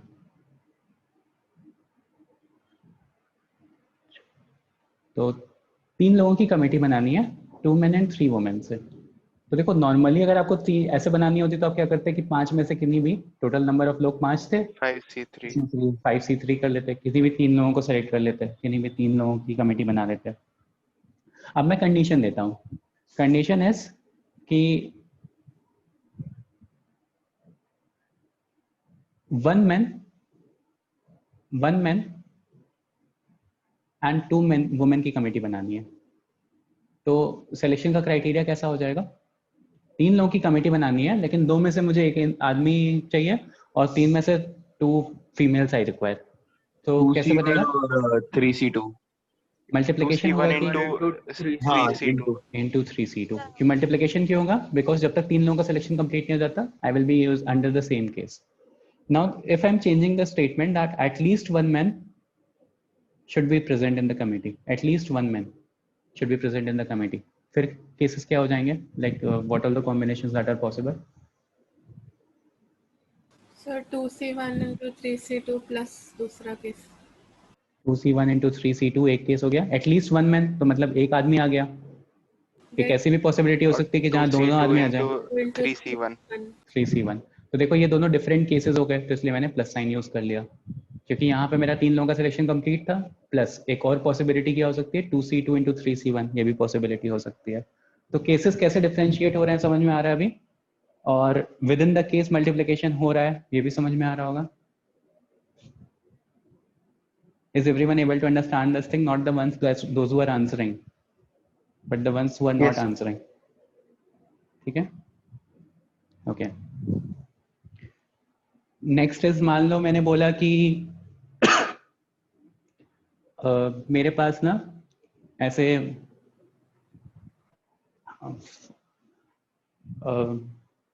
5 females and 5 girls and 4 boys ऐसे घूमने निकले. ठीक है, तो अब क्या हुआ कि 5 गर्ल्स एंड 4 बॉयज ऐसे घूमने निकले अगर, तो जो गर्ल्स थी इनकी आपस में नहीं बनती थी. ठीक है, तो ऐसा पॉसिबल हो गया कि मतलब ऐसा केस बन गया कि जब ये लोग कहीं बैठने का डिसाइड हुआ इन लोगों का, तो ये ऐसे मान के चलो चारों लड़कों की आपस में नहीं बनती थी. ठीक है, गर्ल्स की आपस में बनती थी. Girls were very good friends, the boys were not. And ऐसा हुआ कि they went to a place wherein they wanted to sit all together, but the condition was that no 2 boys can sit together. No 2 boys can sit together. Question मैं note down कर रहा हूँ, data में note down कर रहा हूँ. 9 people थे total. ठीक है, 5 girls and 4 boys, and no boys sits together. मतलब no two boys sit together.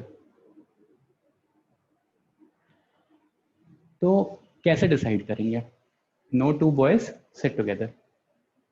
देखो कोई भी दो लड़के आपस में साथ में नहीं बैठ रहे हैं, इसका ये मतलब नहीं हो गया कि तीन लड़के आपस में साथ में बैठ जाएंगे, नहीं नहीं, इसका ये मतलब हो गया कि कोई भी नहीं साथ में बैठ रहा, लड़के साथ में नहीं बैठेंगे। स्टेटमेंट समझना, no two boys sit together का ये मतलब नहीं हो गया कि तीन लड़के साथ में बैठ जाएंगे या चार लड़के साथ में बैठ जाएंगे। इसका स्टेटमेंट का मतलब ये हुआ कि एक भी लड़का साथ में, मतलब कॉम्बिनेशन पॉसिबल नहीं है लड़कों का, ठीक है। तो हाउ विल वी डिसाइड कि कैसे सिटिंग पॉसिबल होगी? Number of sitting arrangements that are possible, ऐसा पूछा है। सर हम फिर सर पहले गर्ल्स जो का अलग टू कंसीडर बॉयज कर सकते टुगेदर हैं का और बॉयज निकाल का अलग देंगे कंसीडर कर और फिर सकते हैं टोटल इसमें। से माइनस कर देंगे। क्या क्या क्या एक एक करके बताओ बेटा। सर हम गर्ल्स का अलग कंसीडर कर सकते हैं कि वो और बॉयज का अलग, लाइक ऑल्टरनेट बैठे हैं जैसे, ऑल्टरनेट ही पॉसिबल है। सर तो बॉयज मतलब गर्ल्स, उनमें बॉयज 5 गर्ल्स ऐसा फैक्टोरियल ऐसा। और 4 फैक्टोरियल इंटू 4 फैक्टोरियल ऐसा होगा क्या? ओके, कोई और आंसर? अगर हम पहले ये निकाल लें कि दो बॉयज टुगेदर बैठने पे कैसे सीटिंग अरेंजमेंट देखो दो बॉयज टुगेदर बैठने पे निकालना पड़ेगा, फिर आपको थ्री बॉयज टुगेदर, आर्यन दो बॉयज टुगेदर बैठने पे निकालना पड़ेगा, फिर थ्री बॉयज टुगेदर का निकालना पड़ेगा, फिर फोर बॉयज टुगेदर का निकालना पड़ेगा, फिर उसके बाद ये सारे केसेस माइनस करने पड़ेंगे। सर सर पहले हाँ सारे गर्ल्स को ऑल्टरनेट बैठा देंगे, फिर उनके अंदर जो नंबर ऑफ लोग हैं उससे हाँ उसमें वही वेरी मैं गुड। बोला। हम बाद में तुम्हारा पॉइंट समझ गया था। देखो पहले मैं क्या करूं, पहले मैं गर्ल्स को बोलता हूं कि बहन आप बैठ जाओ, ठीक है। तो गर्ल्स गर्ल्स गर्ल्स मतलब girl 1 girl 2 girl 3 girl 4 girl 5 इनको आपस में बैठा दिया। अब लड़के साथ में नहीं बैठ सकते तो लड़के एडजेसेंट बैठेंगे, लाइक दो लड़के यहाँ बीच में नहीं बैठ सकते, बट लड़का यहाँ यहाँ यहाँ यहाँ यहाँ यहाँ इन सब जगह पे तो बैठ सकते हैं ना। और मेरे पास कितने केसेस हैं, कितनी जगह पॉसिबल है? 1 2 3 4 5 6, लड़कों के लिए 6 जगह पॉसिबल है और मुझे किसी 4 जगह पे लड़कों को बैठाना है। आजन दो लड़के साथ में नहीं बैठ सकते तो बीच में कोई ना कोई लड़की होनी चाहिए, तो बीच में सारी लड़कियों को पहले अरेंज कर दिया। अब सारी लड़कियों के अरेंज करने के बाद all together I have 6 places possible for boys. तो 6 में से किन्हीं भी 4 जगह पे लड़कों को बैठा दूं तो 6p4 होगा कि 6c4 होगा? 6c4 होगा। फिर C4 c4 होगा। और अगर c4 होगा तो क्यों होगा, अगर p4 होगा तो क्यों होगा?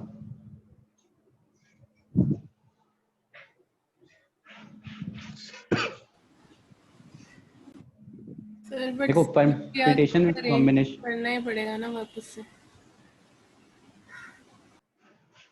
एक सेकेंड पहले तो समझते हैं कि 6p4 होगा कि 6c4 होगा। लड़कियों को तो आपस में 5 फैक्टोरियल से अरेंज कर देंगे, कोई प्रॉब्लम नहीं है।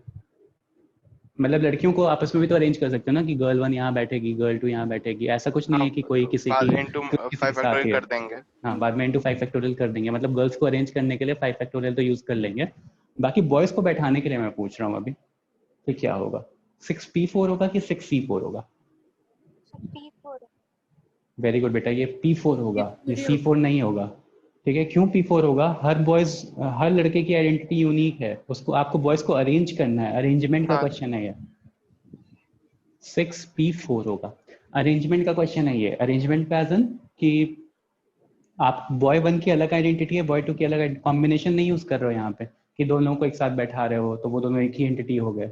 यहाँ पे कॉम्बिनेशन नहीं यूज कर रहे हो। देखो to differentiate between permutation and combination is an art, वो एक अलग कॉन्सेप्ट है। पहले कौन सा फॉर्मूला लगा ये समझना ना, ये अलग लेवल है, उसके बाद फिर क्वेश्चन को करने आना पड़ता है। तो ऐसे समझो इस चीज का मतलब एज एन क्या हो जाएगा कि 5 लड़कियों को बैठा दिया मैंने, अब 6 लड़कों को बैठाने के लिए I have to arrange them, ये अरेंजमेंट का क्वेश्चन हो गया, कॉम्बिनेशन का क्वेश्चन नहीं है। तो आप 6p4 करोगे, 6p4 करोगे तो 6p4 से हम लड़कों को सिलेक्ट कर सकते हैं और 5 फैक्टोरियल से हम लड़कियों को अरेंज कर सकते हैं। तो केस मेरा अब जाके पूरा कंप्लीट हुआ है, तो यहाँ पे हम क्या करेंगे, मल्टीप्लिकेशन। अब जाके मेरे सारे के सारे लोग बैठे हैं, अब जाके मेरे सारे के सारे लोग बैठ पाए हैं, तो this is my complete combination, this is my complete case. समझ में आया? जैसे मान लो हाँ सर। सिनेमा हॉल सोच लो, ठीक है, कि अगर 11 सीट्स थी एक रो में और कोई भी दो लड़का साथ में नहीं बैठता तो इस तरह का कुछ अरेंजमेंट पॉसिबल होता है कि लड़कियां यहाँ बैठ गई और गर्ल्स को आपस में 5 फैक्टोरियल से अरेंज कर सकते थे, गर्ल 1 गर्ल 2। गर्ल्स यूनिक हैं, ऐसा नहीं कि फीमेल पूरा एक साथ आ गया है। हम फेमिनिज्म की बात नहीं हो रही है। Each girl has her own identity, ठीक है, सबका नाम होगा, ठीक है। तो girl 1 girl 2 girl 3 girl 4 girl 5 इनको आपस में 5 फैक्टोरियल से अरेंज कर सकते हो। और यहाँ पे बॉयज के लिए 6 प्लेसेस अवेलेबल थे, तो 6 में से किन्हीं भी 4 जगह पे आप बॉयज को बैठा दो। The boys will not be together, no 2 boys sit together. मेरा कंडीशन फुलफिल होता है। This is my complete answer. Okay, एक होता है सिमिलर कॉन्सेप्ट पे एक क्वेश्चन आता है, डिक्शनरी क्वेश्चन होता है। डिक्शनरी क्वेश्चन ऐसा होता है जैसे मान लो I have a word let's say Mohan, और मुझे बोला गया कि निकालो कि डिक्शनरी में if I have only these many letters in the dictionary as in the word Mohan. मेरे पास एक ऐसी डिक्शनरी है जिसमें खाली 5 लेटर्स हैं, MOHAN। तो मोहन कौन से सीक्वेंस पे आएगा उस डिक्शनरी में? ऐसी डिक्शनरी में Mohan will be on which sequence? तो देखो, आपको पता है कि जब डिक्शनरी स्टार्ट होती है तो dictionary starts with alphabet A, ठीक है। या एज एन, अगर यही 5 अल्फाबेट की डिक्शनरी होगी तो इनका सीक्वेंस क्या होना चाहिए? A सबसे पहले आना चाहिए, A के बाद फिर A वाले सारे वर्ड्स आएंगे, फिर उसके बाद H आना चाहिए, H वाले सारे वर्ड्स आएंगे, फिर उसके बाद M आना चाहिए, फिर N आना चाहिए, फिर O आना चाहिए, ठीक है। इस तरह से डिक्शनरी बनेगी। मतलब डिक्शनरी तो अल्फाबेटिकल होती है ना, हाँ सर। तो डिक्शनरी इस तरह से बनेगी। तो A से स्टार्ट होने वाले कितने वर्ड्स बन सकते हैं? पॉसिबल कितने वर्ड्स हैं? 24। 24। क्यों A से स्टार्ट होने वाले 24 वर्ड्स हैं? क्योंकि यहाँ पे 4 बचे तो 4 फैक्टोरियल हो गया। फिर H से स्टार्ट होने वाले कितने वर्ड्स बनेंगे? 4 फैक्टोरियल। अब देखो नेक्स्ट क्या होगा, मोहन जब स्टार्ट होगा तो Mohan will be starting with M, तो नेक्स्ट वाले सीक्वेंस में मुझे मोहन मिल जाएगा कहीं ना कहीं, तो उसको थोड़ा और ब्रेक कर सकते हैं। अब देखो MA के साथ स्टार्ट होने वाले वर्ड कितने हो जाएंगे? देखो अब next sequence will be MA 3 factorial, ठीक है, इसमें तो मोहन आएगा नहीं।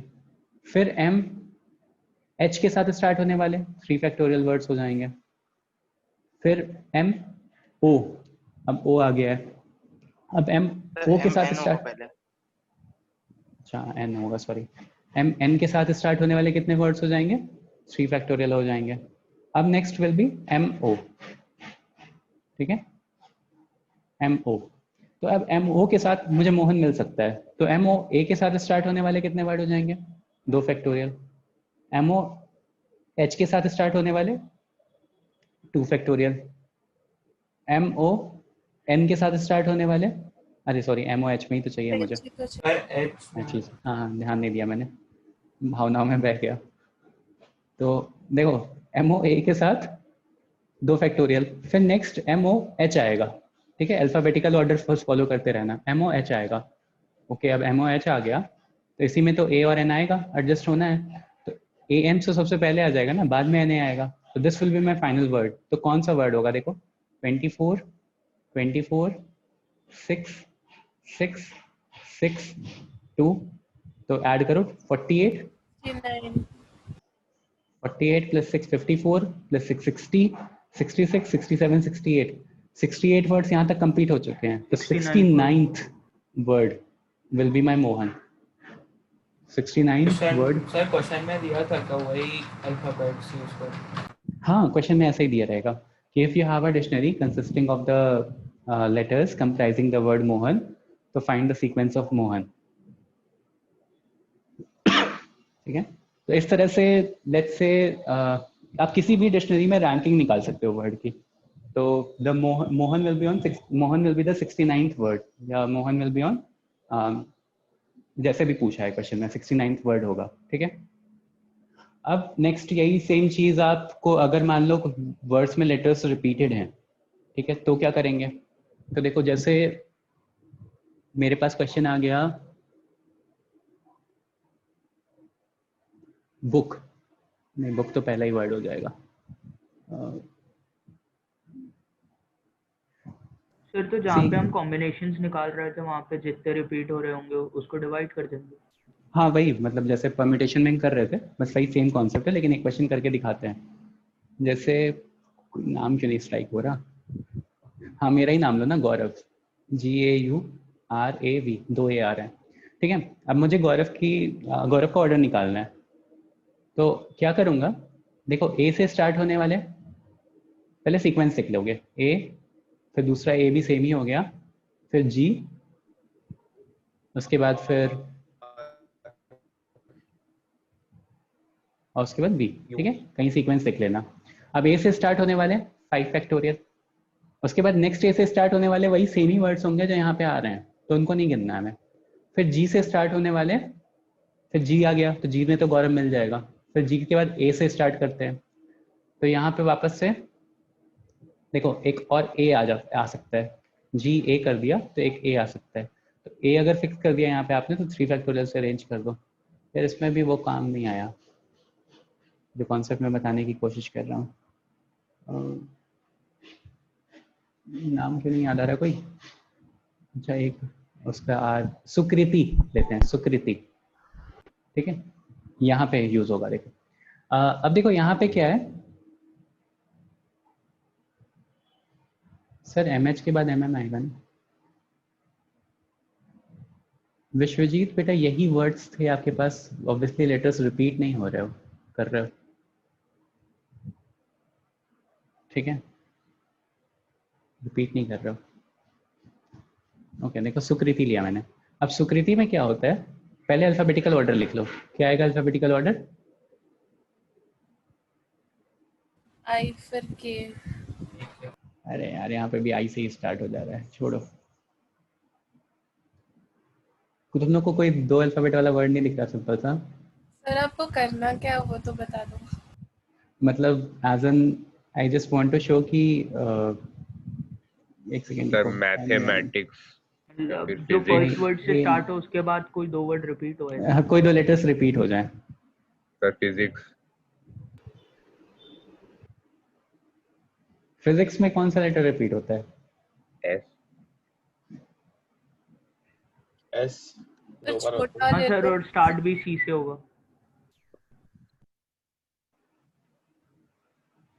Very good, I have a word happy, this will work, perfect.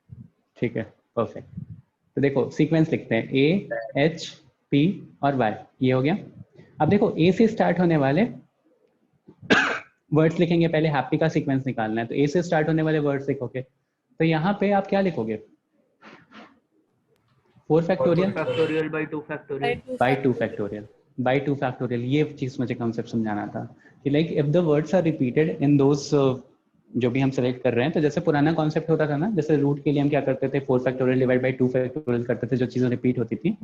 तो हैप्पी के लिए भी अगर हम निकालने की कोशिश करेंगे, तो since I have double P there, तो P से स्टार्ट होने वाले वर्ड सेम होना शुरू हो जाएंगे फिर।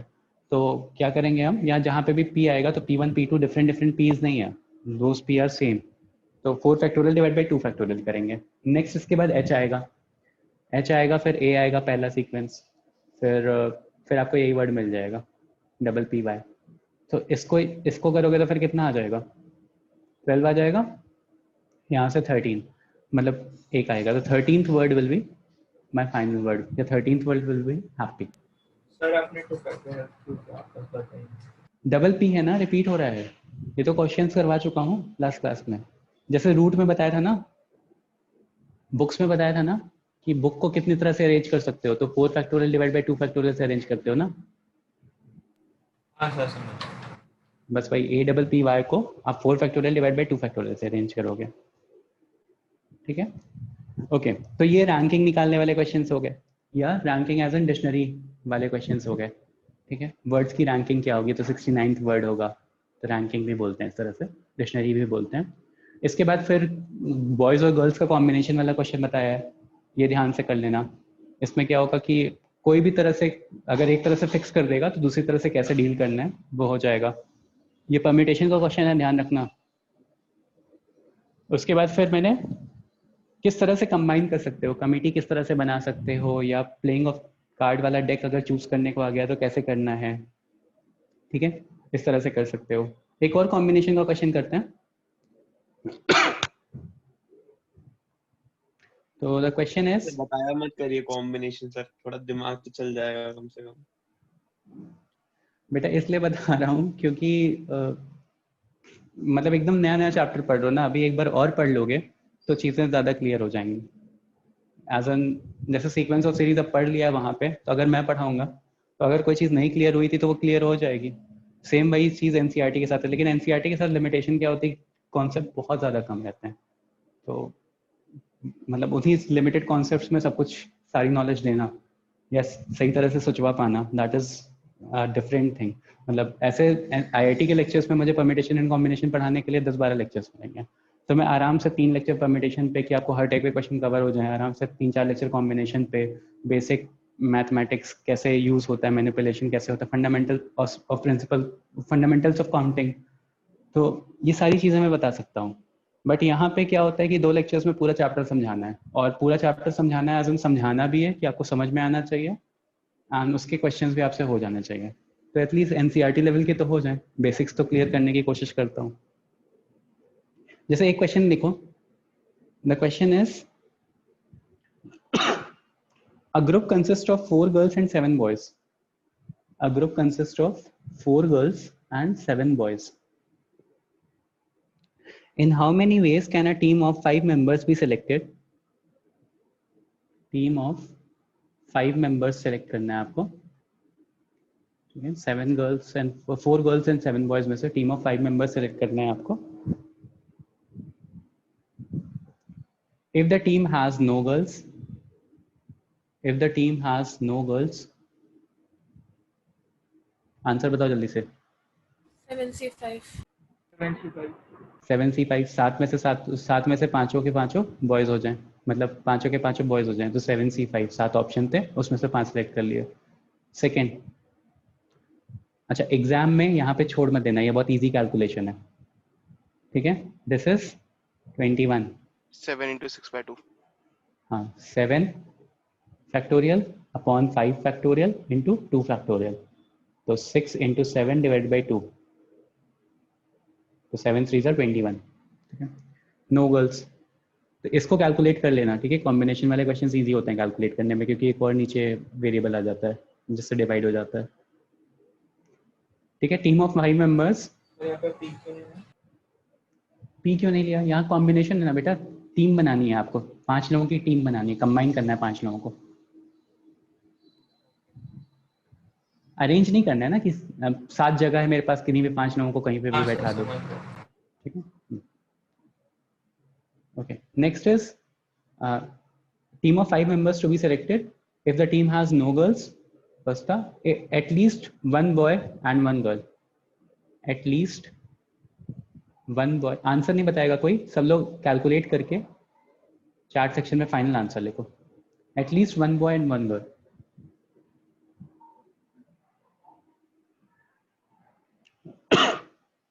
Calculate and write the final answer.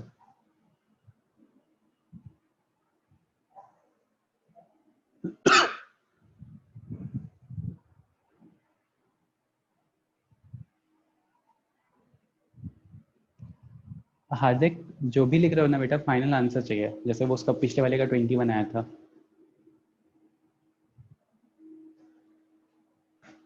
Part same, I require final answer after calculation.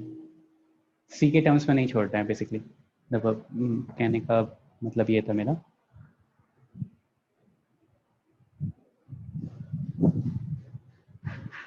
At least 1 boy and 1 girl.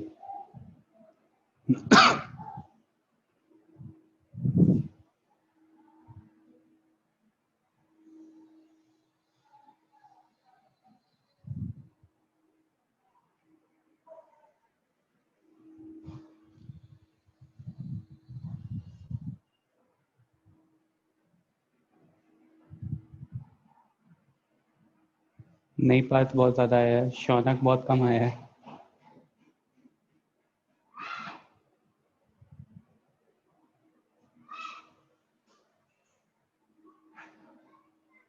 गलत है देवांश, गलत है धनुष, गलत है ख्याति, wrong Prasanna. At least 1 boy and at least 1 girl, team बनाने की कोशिश करो पहले 5 लोगों की, फिर केसेस को प्लस से करो। Team of 5 members has to be form, जिसमें एटलीस्ट एक लड़का और एटलीस्ट एक लड़की तो होना ही चाहिए।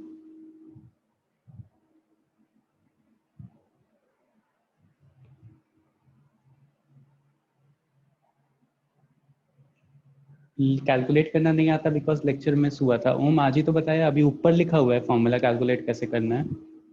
NCR क्या होता है? n factorial upon n minus r factorial into r factorial. अब फैक्टोरियल का मतलब भी आपको पता है। अगर मैं बोलूँगा 7C5 कितना होता है तो 7 factorial upon 5 factorial into 2 factorial. Calculate करो हम। ख्याति गलत है, हार्दिक गलत है। अभी बताऊंगा तो फिर कहोगे हाँ सर यही किया था, पर कैलकुलेशन मिस्टेक हो गई। क्योंकि इस क्वेश्चंस में आपको फाइनल आंसर रिक्वायर्ड होगा।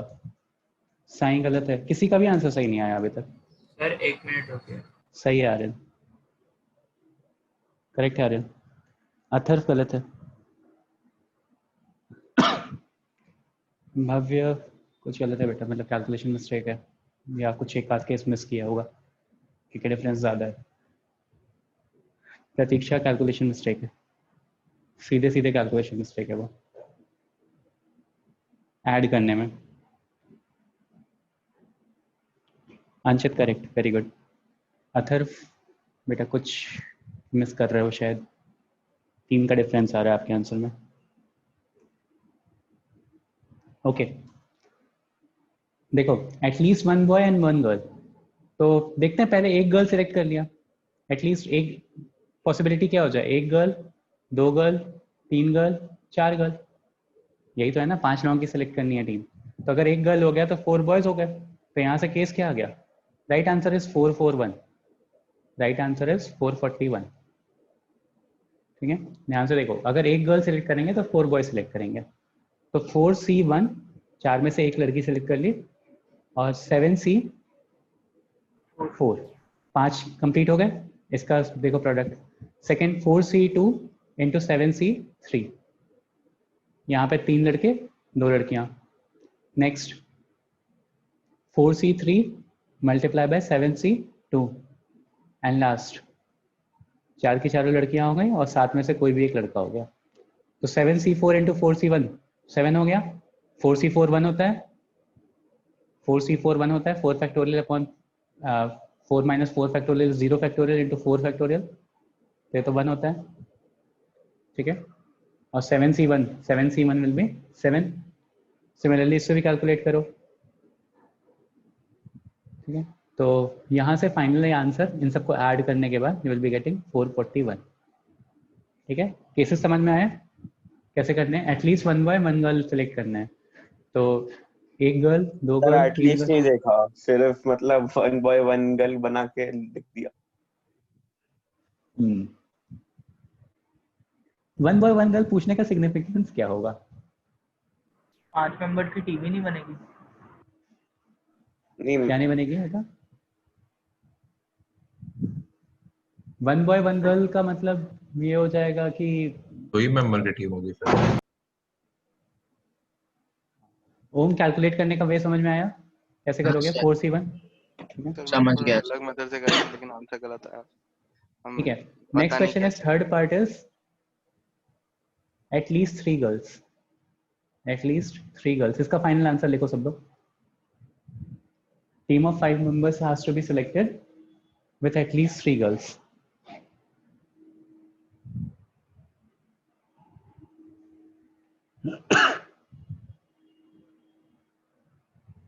ये सर थर्फ हैंड रेज किया बेटा आपने? जल्दी से हो गया। अच्छा ओके, हाँ सही है आर्यन, सही है चादर, करेक्ट। अब सबको आ गया ना समझ में?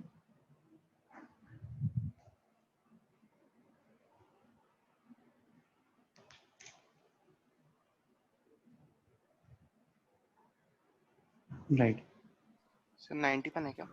91 ही है, सबका सही आंसर आ रहा है 91। लास्ट वाले में से ही 2 केस हैं। हाँ, लास्ट वाले में से 2 केसेस ऐड कर दो, एक 4C4 वाला, एक 4C3 वाला। हाँ वही। तो एक 7 आ जाएगा, एक 84 आ जाएगा। 91 is the right answer. Okay, तो ठीक है, जो क्वेश्चंस मैं बोल रहा हूँ इतने क्वेश्चंस तो आप लोगों को करने ही करने हैं। मतलब देखो कॉम्बिनेशन में वही सेम चीज़ अगर गर्ल्स और बॉयज़ की जगह रिप्लेस करके मैं ऐसे पूछ लूँ कि अ bag contains 5 black and 6 red balls.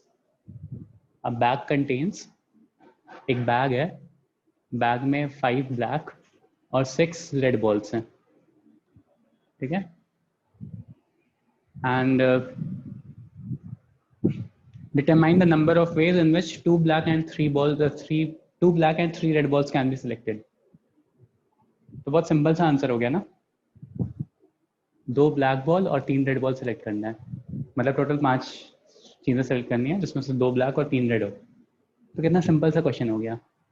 5C2 multiply by 6C3 final answer आ जाएगा, कैलकुलेट कर लेना, ठीक है। तो इस तरह के क्वेश्चंस बहुत सारे दिए हुए हैं और ये ऐसे ऐसे एक एक नंबर के, मतलब जब मैं बोल रहा था आप लोगों की परमिटेशन कॉम्बिनेशन के क्वेश्चन में अगर क्वेश्चन समझ में आ गया तो करने में टाइम नहीं लगता है, उसका मतलब यही था कि अब ये क्वेश्चन आपका दिया हुआ है लास्ट के एग्जाम्पल में, मतलब लास्ट के 2 एग्जाम्पल में आपकी एक्सरसाइज में कॉम्बिनेशन के, तो सोच लो क्वेश्चन कितना ही टफ रहा होगा, ठीक है, मतलब ये एक्सरसाइज कितनी ही टफ होगी आपकी। ओके, तो क्वेश्चन जो आपको करने हैं वो एक्सरसाइज 7.4 कंप्लीट लगानी है।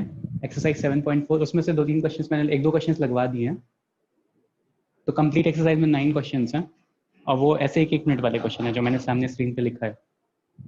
उसके बाद आपको मिसलेनियस सॉल्व एग्जाम्पल सारे देखने हैं और मिसलेनियस एक्सरसाइज लगानी है। ये होमवर्क नहीं है, इतना करके ही जाना पेपर के लिए। एज एन मिसलेनियस का सॉल्व एग्जाम्पल देख लेना, मिसलेनियस की एक्सरसाइज लगा लेना और 7 पॉइंट कौन सा बोला था, 7 पॉइंट क्या है, 4 है, हाँ 7.4, 7.4 एंड मिसलेनियस एक्सरसाइज, इन दोनों को मिला करके टोटल 20 क्वेश्चंस हैं। 20 क्वेश्चंस बहुत सिंपल क्वेश्चंस हैं, ऐसे क्वेश्चंस हैं मतलब जो लास्ट पेज पे भी मैंने पढ़ाए हैं कि ऐसे ऐसे सब पार्ट होंगे तो तुरंत तुरंत आंसर करते जाओगे, अपना आंसर मैच करते रहना।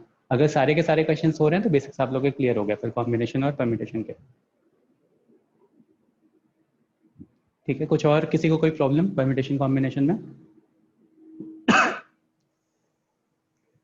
सर वो थोड़ा बस आइडेंटिफाई करने में कि परम्यूटेशन का है कॉम्बिनेशन का है कुछ। बेटा वो मतलब जब नंबर ऑफ क्वेश्चन ज़्यादा लगाओगे ना तो क्लियर हो जाएगा। एक बार परम्यूटेशन वाले सॉल्व एग्जाम्पल्स पहले देख लेना इस एक्सरसाइज को शुरू करने से पहले, तो एक बार वो फ्लो में आ जाएगा, समझ में आने लगेगा। बाकी थोड़ा टाइम होता तो मैं RS अग्रवाल लगवाता, लेकिन अब सिंस आप लोगों का कल परसों से पेपर स्टार्ट हो जाएगा तो you do not have that much time, और मैं इतना चाहता भी नहीं कि आप वेस्ट करो इतना टाइम, क्योंकि अभी आपका ये बायनॉमियल खत्म होगा एक्सेप्ट फॉर जुलाई बैच, बाकी सबका once the sequence and series and binomial is complete तो आप PMC स्टार्ट कर दोगे एंड फिर वहाँ पे आपको बहुत डिटेल में बहुत सारी चीज़ें पढ़ाई जाएंगी। तो do not waste any time on RS Agarwal या इन सब चीज़ों पे अभी के लिए, ठीक है। जो डाउट सेशन होगा सर वो आप लोग या हिमांशु सर लेंगे? यार मैं अभी नेक्स्ट 3-4 डेज अवेलेबल नहीं हूँ, तो हिमांशु सर का ही डाउट सेशन होगा, मेरे कैलेंडर में नहीं है वो। ओके सर, ठीक है। अच्छा हाँ, एक और चीज़, मैं अभी नेक्स्ट 3-4 डेज अवेलेबल नहीं हूँ, वैसे भी आप लोग के अदर सब्जेक्ट्स के पेपर रहेंगे तो you guys will be focusing on that, तो उतना फोकस करना, जितने एग्जाम्पल्स मैंने क्लास में लगवाए हैं इसको थॉरोली देख लेना परम्यूटेशन एंड कॉम्बिनेशन के लिए, और जितना क्वेश्चंस मैंने बोला है इतना प्रिपेयर कर लेना। बाकी सारे चैप्टर्स मैंने पुराने पढ़ाए हुए हैं, रिवीजन भी करवाया हुआ है। कॉम्प्लेक्स नंबर बहुत छोटा हो गया है, आप लोगों को पता है कि खाली पहली एक्सरसाइज तक ही आएगा, एंड प्रायर टू दैट जो भी चैप्टर्स हैं क्या क्या हैं, एक तो लीनियर इनइक्वालिटीज़ वाला वो एसिड वाला क्वेश्चन देख लेना ध्यान से, ठीक है। और दूसरा ग्राफिकल रिप्रेजेंटेशन आप लोगों को आता है, लीनियर इनइक्वालिटीज़ में यही 2 चीज़ें हैं, और कुछ भी क्या एक आध सिंपल वाला इनइक्वालिटी सॉल्व करने का आएगा कि 3x - 2 इज लेस देन और इक्वल टू 14x - 4, तो ये सब तो सॉल्व कर ही लोगे। उसके बाद पेपर का पैटर्न आप लोगों को पता चल चुका है कि 20 questions will be of 1 marks और 6 मार्क्स वाले कुछ 3 मार्क्स वाले 2 मार्क्स वाले कुछ क्वेश्चन होंगे, कुछ 4 मार्क्स वाले होंगे, कुछ 6 मार्क्स वाले होंगे। 6 मार्क्स में डेफिनेटली या तो ग्राफिकल रिप्रेजेंटेशन या तो फिर वो एसिड वाला क्वेश्चन आएगा ही आएगा, ठीक है। दूसरा क्या कहते हैं, कॉम्प्लेक्स नंबर सेट्स वाले क्वेश्चंस, वेन डायग्राम्स वाले देख लेना। प्रूविंग वाले क्वेश्चंस 4 मार्क्स वाले में एक आएगा तो आएगा, नहीं तो फिर नहीं आएगा, ऐसा मान के चलना। और सेकेंड चैप्टर क्या था, रिलेशन एंड फंक्शन, हाँ set builder form, roster form, ये सब लिखना, और बेसिक चीज़ें कि रिलेशंस होते कितने, टोटल नंबर ऑफ रिलेशंस कितने पॉसिबल होते हैं, ये सब रिवाइज कर लेना, मतलब इतना टाइम वेस्ट मत करना कि आपका आईआईटी वाला पढ़ाई इफेक्ट हो, ठीक है। मैथ्स का paper will be of 80 marks not 70, physics और chemistry will be of 70 marks. Maths के पेपर में थोड़ा ज़्यादा, थोड़ा सा अगर पीएनसी वाले क्वेश्चन जल्दी हो जाएंगे तो टाइम वैसे भी कम लगेगा। बाकी आप लोगों को कुछ और इनपुट जो दे सकता हूँ बस इतना ही है कि अपना ऐसी पढ़ाई करना कि आईटी वाला पढ़ाई ना डिस्टर्ब हो। यहाँ पे अगर 50% भी ला करके पास हो रहे हो ना, नोबडी केयर्स। 11th का नंबर कहीं नहीं देखा जाता, 9th के नंबर में कितने भी लाए थे कोई फर्क पड़ा क्या, एक सेल्फ बूस्ट को छोड़ करके। और वो सेल्फ बूस्ट अगर आप आईआईटी के नंबर में ज़्यादा लाओगे ना आईआईटी वाले टेस्ट में, तो ज़्यादा इंपॉर्टेंट है रादर देन स्कूल के टेस्ट में। मैं तो कह रहा हूँ 60-70% पेपर हो जाएगा, मतलब ऑफिशियली। एक सेकेंड को रिकॉर्डिंग ऑफ करने दो।